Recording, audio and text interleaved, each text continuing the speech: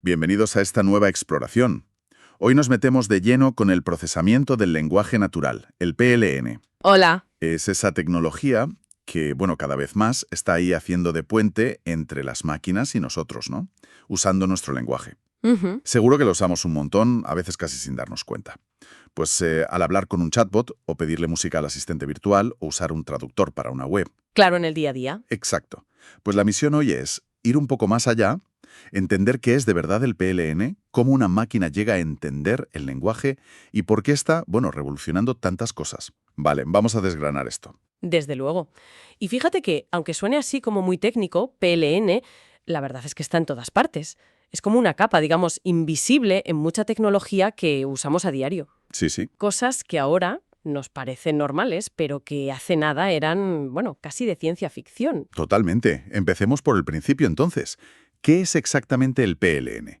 Si tuviéramos que explicarlo fácil. Pues en esencia es eso, una parte de la inteligencia artificial que busca que las máquinas puedan entender, interpretar, procesar y a veces hasta generar lenguaje humano, ya sea escrito o hablado, ¿eh? Claro. Es como intentar cerrar esa brecha, ¿no? Entre cómo hablamos nosotros y cómo entienden los ordenadores. Y ahí está la dificultad, me imagino. Tela. Porque nuestro lenguaje es de todo menos simple. Está lleno de matices, dobles sentidos, depende un montón del contexto. Justo ahí está el kit de la cuestión. La ambigüedad es constante. Piensa en una palabra normalita, como banco. Claro. Hablamos de sentarse en el parque o de ir a sacar dinero. Nosotros, lo pillamos al vuelo por el contexto, casi sin pensar. Sí, automáticamente. Pero para una máquina, esa diferencia no es nada obvia. Necesita algo para saber a qué nos referimos, para desambiguar qué decimos. Entiendo. Entonces, el reto del PLN es como traducir toda esa riqueza, esa flexibilidad, a veces ese caos tan nuestro, Ujú. a algo que una máquina pueda procesar. Algo lógico, matemático. Precisamente. Y eso es lo fascinante, ¿sabes? Cómo intentas coger algo tan humano, tan ligado a la cultura, a la intención, al conocimiento del mundo, y meterlo en código, en números. Ya. Es un cambio brutal respecto a cómo eran los ordenadores antes, ¿no? Que solo iban con números, comandos súper rígidos.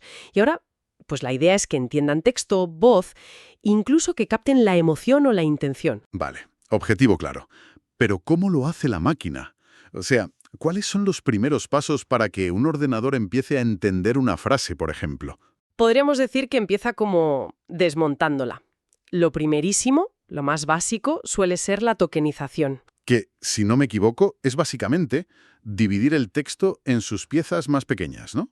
Las palabras, los signos de puntuación, como si desarmaras la frase. Eso es.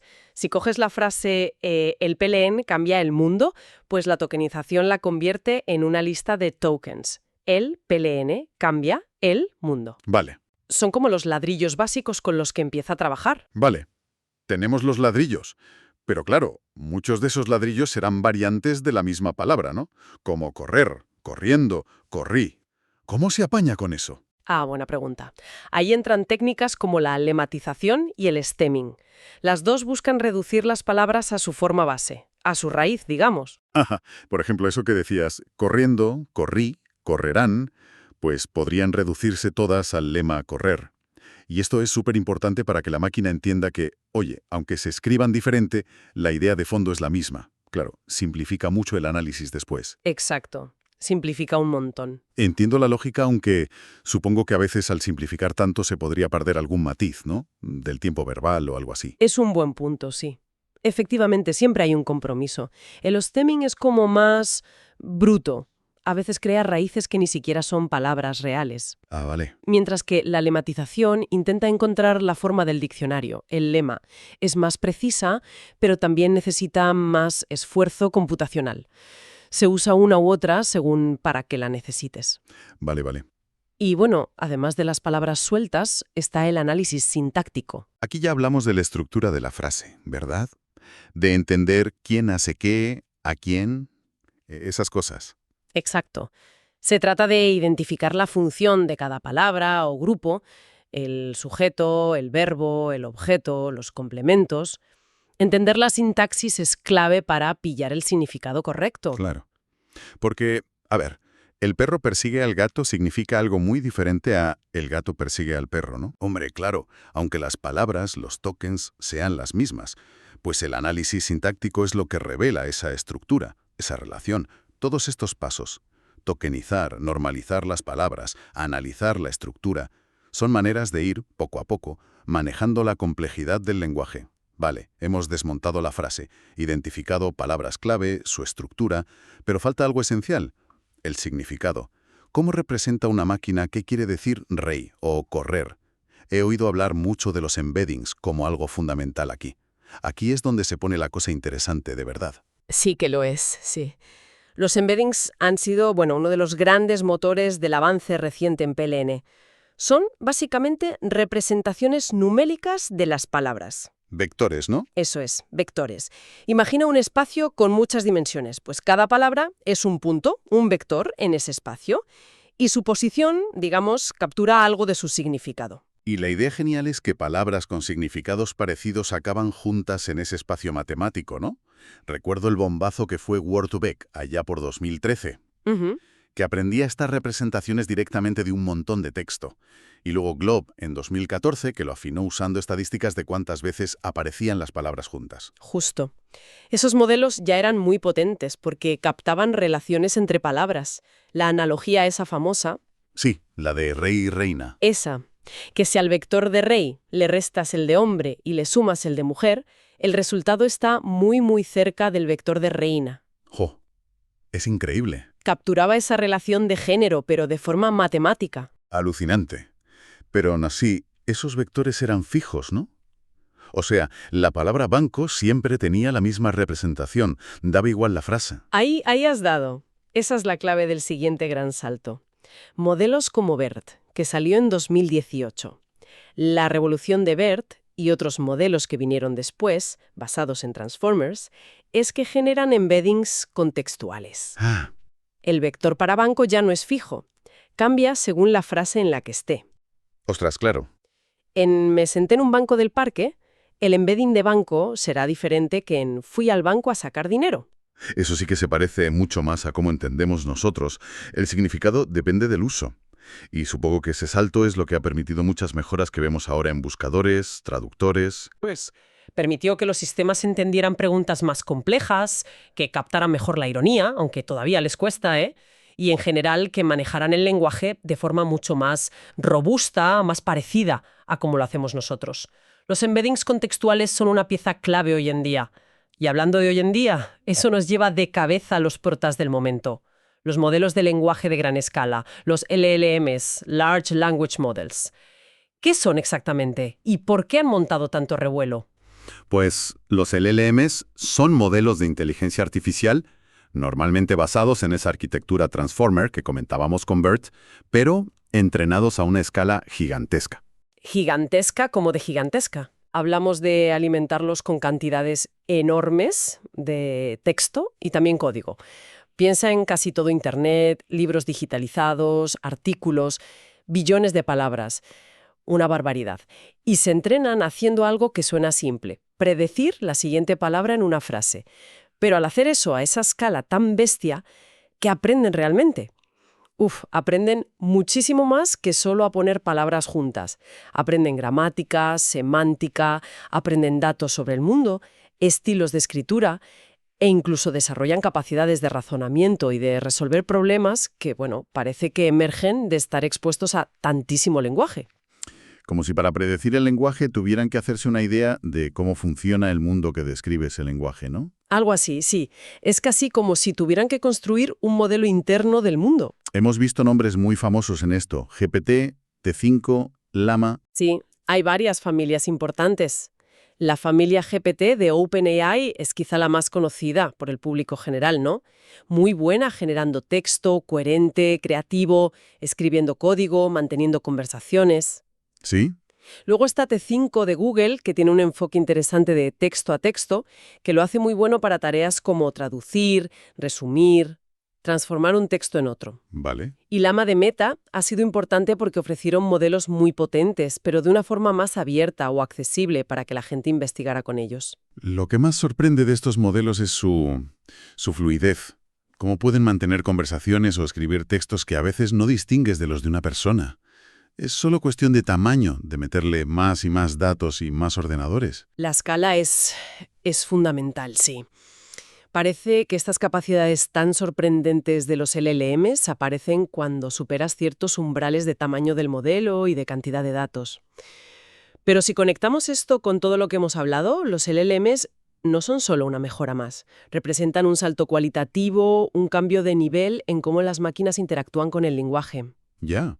Su habilidad para generalizar, para hacer tareas para las que no las programaste específicamente, eso es lo que los hace tan disruptivos, tan potentes. Con una base tecnológica así de potente, las aplicaciones prácticas tienen que ser, bueno, enormes. ¿Cuáles son algunas de las tareas clave donde el PLN está ya marcando la diferencia? Las aplicaciones son súper variadas. Una muy común es la clasificación de texto. El ejemplo típico es el filtro de spam del correo, ¿no? Sí, un clásico. Pero se usa para todo. Etiquetar noticias por tema, analizar si un correo de un cliente es una queja, una consulta, ordenar documentos. La traducción automática es otra que ha cambiado una barbaridad. Me acuerdo de los traductores de hace 10 años que eran de risa. Sí. Y ahora, herramientas como Google Translate o DeepL te hacen traducciones que son asombrosas, la verdad. Gracias al PLN neuronal, supongo. Totalmente. Y piensa también en los chatbots y asistentes virtuales. Han pasado de dar respuestas súper básicas y preprogramadas a poder tener conversaciones bastante complejas. Sí, es verdad. Resolver problemas de clientes a cualquier hora, gestionar reservas. El PLN es lo que les da esa inteligencia para conversar. También se habla mucho del análisis de sentimientos. Eso de saber si lo que se dice de una marca en redes sociales es bueno o malo. Pero, ¿eso funciona bien? Porque el sentimiento es muy subjetivo, ¿no? Es un reto, claro que sí. La ironía, el sarcasmo, el contexto cultural, todo influye mucho. Pero, a gran escala, da una información súper valiosa. Ah, ¿sí? Imagínate una aerolínea. Recibe miles de tweets, reseñas, correos, cada día. Analizar todo eso a mano es imposible. Imposible, sí. Con PLN pueden procesar todo ese volumen casi en tiempo real, detectar si hay muchas quejas por retrasos o si la gente está contenta con el personal de cabina, les da un pulso de la opinión pública. Ah, claro. No será perfecto para cada comentario individual, pero la visión de conjunto que te da para tomar decisiones es potentísima. El valor está en la escala y en la velocidad. Viendo estas aplicaciones está claro que el impacto va más allá de la tecnología pura. ¿En qué sectores se nota más esta transformación? Pues el impacto es súper amplio. En e-commerce, en comercio electrónico, es básico. Desde analizar miles de opiniones de productos para saber qué gusta y qué no. Claro, las estrellitas y los comentarios. Eso. Hasta personalizar las recomendaciones que te salen. Productos parecidos, otros clientes también compraron. Todo eso se basa en entender el lenguaje de las descripciones y las opiniones. Imagino que en el sector público también, con la cantidad de papeles que mueven. Sin duda. Analizar mogollón de leyes, procesar solicitudes de la gente, buscar patrones en informes.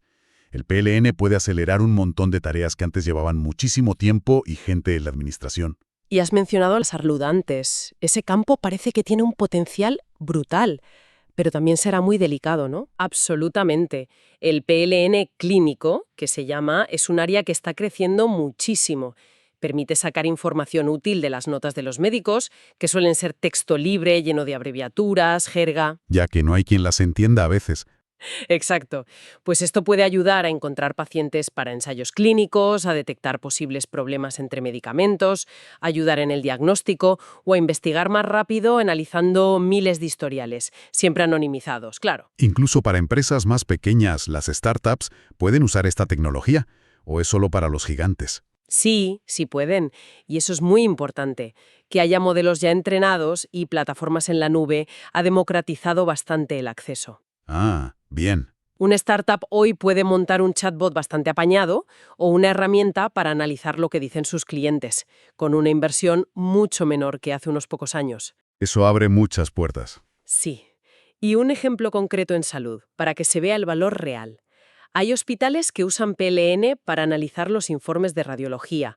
Buscan hallazgos que igual se pasaron por alto, ¿sabes?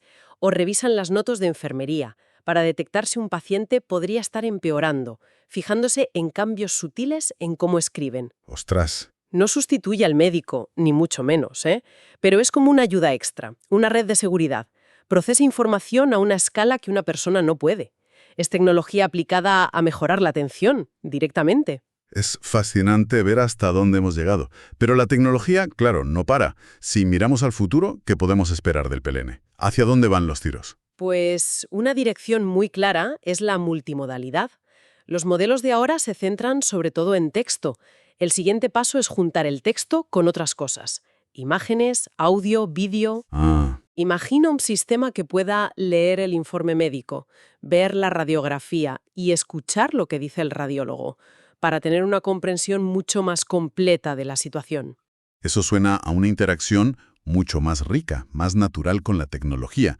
Casi como hablar con alguien que ve y oye además de leer. Esa es la idea, sí. Un asistente que entienda no solo qué dices, sino cómo lo dices, el tono de voz, la emoción, y que lo pueda relacionar con lo que ve alrededor.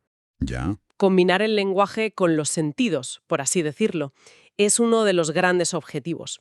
Buscar una comprensión más completa, más cercana a la muestra. ¿Alguna otra tendencia clave que veas venir? Bueno, también hay un esfuerzo continuo en hacer estos modelos más eficientes y más accesibles. Los LLMs de ahora necesitan una potencia de cálculo enorme. Ya me imagino. Se investiga mucho en cómo conseguir capacidades parecidas con modelos más pequeños o con formas de entrenar más baratas, digamos, y por supuesto seguir mejorando el razonamiento y que las respuestas sean más fiables, más correctas. La verdad es que ha sido una exploración súper interesante. Hemos pasado de desmontar frases en trocitos, con la tokenización, a entender cómo las mates de los embeddings capturan el significado. Y al final hemos llegado a estos gigantes, los LLMs, y todo lo que pueden hacer. Ujú. Hemos visto cómo esta tecnología está metida en todo, desde cómo compramos por Internet hasta cómo se investiga en medicina. Entonces, ¿qué significa todo esto? Parece que las máquinas no solo aprenden a procesar nuestro lenguaje, sino a interactuar con nosotros de una forma cada vez más humana, ¿no? Así es. Y quizá la reflexión final, lo que nos podemos llevar, es pensar en esa convergencia. La capacidad de las máquinas para entender y usar nuestro lenguaje está como borrando un poco las líneas entre la inteligencia humana y la artificial. Sí. Nos abre puertas increíbles, claro, pero también nos plantea preguntas importantes sobre cómo queremos meter estas herramientas en nuestras vidas, en nuestros trabajos. Queda pensar cómo esta habilidad de las máquinas para hablar nuestro idioma no solo cambia la tecnología, sino que podría estar empezando a cambiar nuestra propia relación con la información, con la comunicación y, bueno, quién sabe, hasta con el propio conocimiento.